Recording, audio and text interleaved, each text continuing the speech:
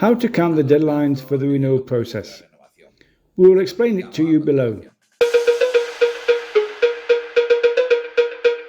How to count the deadlines for the renewal process. It is important that we know what deadlines we are counting on, as it is well known that normally it is 2 months before the renewal. But there are times when we are required to provide documentation, and we have difficulty in providing all the documentation and we are late. Then we have to be very clear in those cases in which time we are. When we say that we can renew 2 months before, we are saying calendar months. That is, for example, if our card expires on the 21st of May, 2 months before would be 21st of March, on the same day, 21st or 22nd of March. We can apply for renewal. But we must bear in mind that even if they approve it, we cannot have our fingerprints taken until the day it expires or the day after. Why? Because the computer system will prevent us from doing so.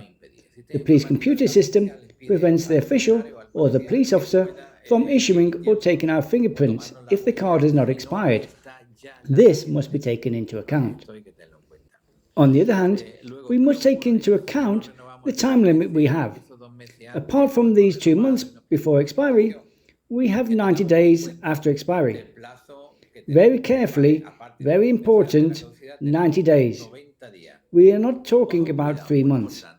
Here we must be very careful, because if we are also counting calendar months, for example, it expires on the 21st of May, supposedly I can renew it 3 months later, because we have until the 21st of August. Well, it is not true.